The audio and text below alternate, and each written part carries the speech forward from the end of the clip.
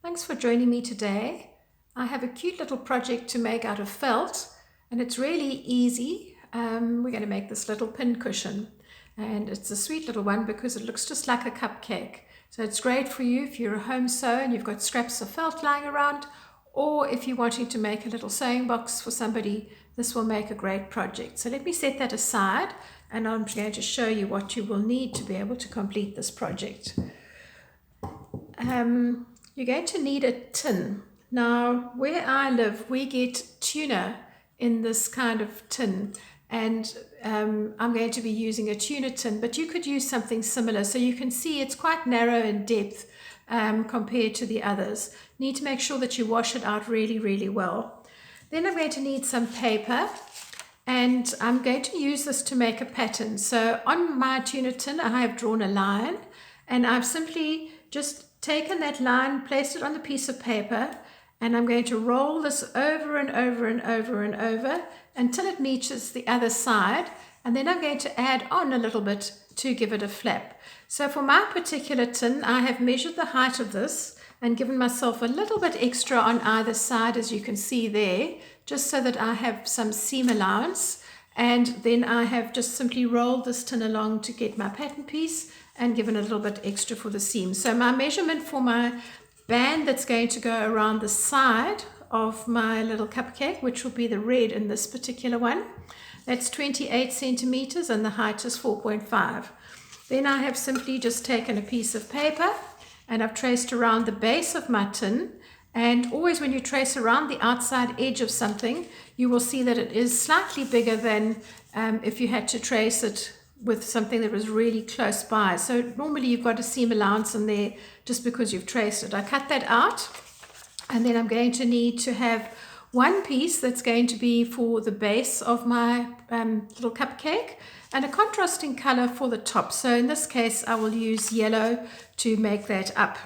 Now I have already prepared another one where I'm a couple of steps ahead, and for that I have changed colors, so please don't be confused. So what the process is from here onwards is that you will start by using a little blanket stitch to go all the way around and join the base to the top. I like to do this with the tin inside rather than trying to do it on just freehand, just if you were using it without the tin, because it actually gives you the idea of the size that you need. And for those of you that don't know what blanket stitch is, let me just show you quickly. I'm stitching with embroidery cotton, and I'm using 3 strands of a 6-stranded cotton, just because I feel that that actually gives quite a nice contrast color as opposed to a normal sewing thread, which is fairly thin.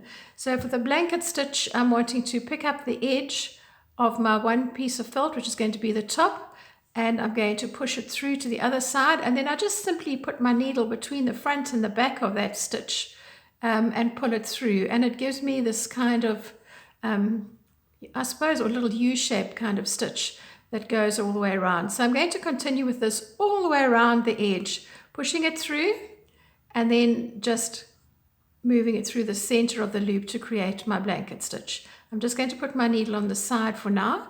When you've done this, you're going to see that the top of your felt is slightly larger than what you need. And that's not a bad thing because it gives you a little bit of wiggle room if you've not cut correctly. So as I'm working, I'm just going to use my scissors to gently trim away that excess so that my cupcake will fit together nicely.